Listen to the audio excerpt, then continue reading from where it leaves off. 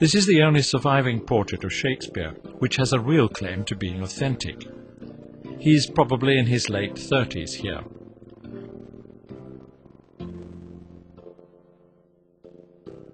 We don't know what he did with himself in the early years in London. If the sonnets he wrote are anything to go by, he had at least one major love affair, if not more, which would deepen his experience of life.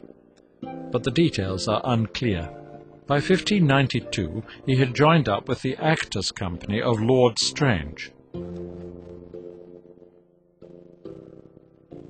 Fernando Stanley, Baron Strange, like other rich aristocrats, maintained a group of players and writers who performed to the public and sometimes at court.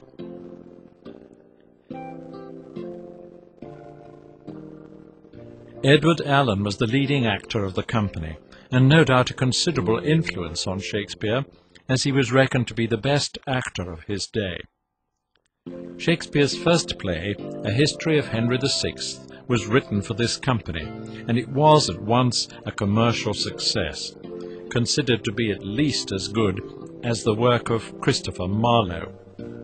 Educated at Cambridge University and of Shakespeare's age, Marlowe was already well established as a playwright, and would have without doubt been Shakespeare's literary rival for years to come, had he not been killed in a fight only a year later.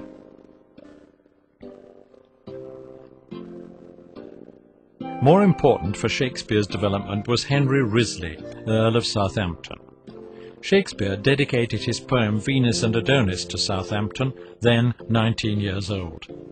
He was wealthy, handsome, popular at court, and so a very suitable patron for Shakespeare. A second dedication with the poem The Rape of Lucrece followed approximately a year later.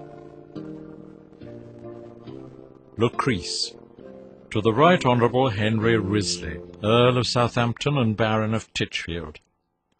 The love I dedicate to your lordship is without end, whereof this pamphlet, without beginning, is but a superfluous moiety.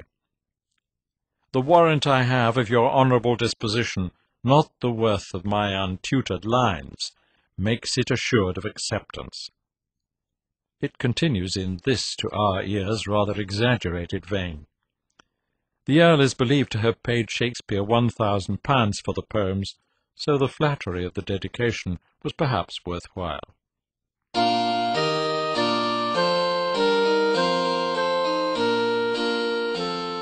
Becoming known in the right circles as a poet was obviously important, but it was in the theatres that Shakespeare's career took off. The theatres were on the South Bank, across the bridge and away from the city. As always, the authorities frowned on theatres as riotous and anti-establishment places, so they were kept as far away as possible from the city. The buildings were tall and open to the skies because, of course, there was no stage lighting. Performances took place in the afternoon. This contemporary drawing shows the layout of a stage. There were no curtains except at the back. The audience stood around the central platform or sat in the galleries, and of course all classes of people attended. The theatre was a popular place of entertainment, not for the rich only.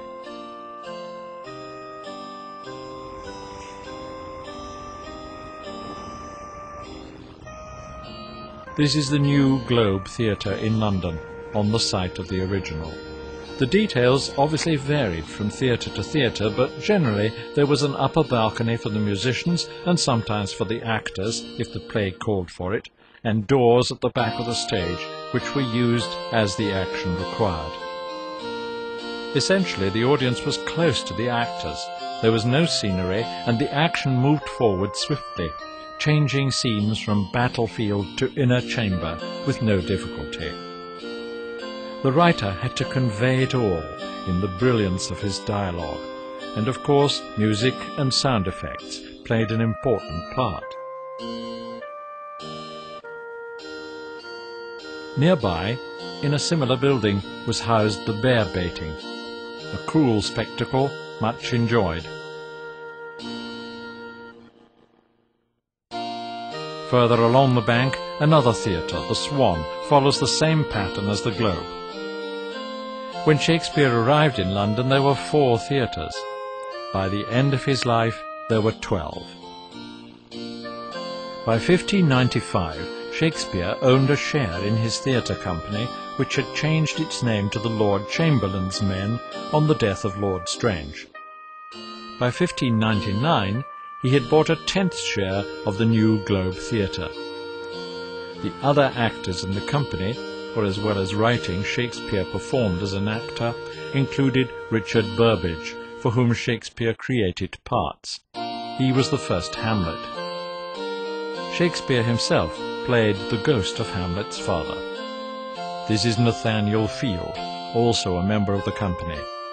Actors joined as boys to play the women's parts, so the theatre was their whole life.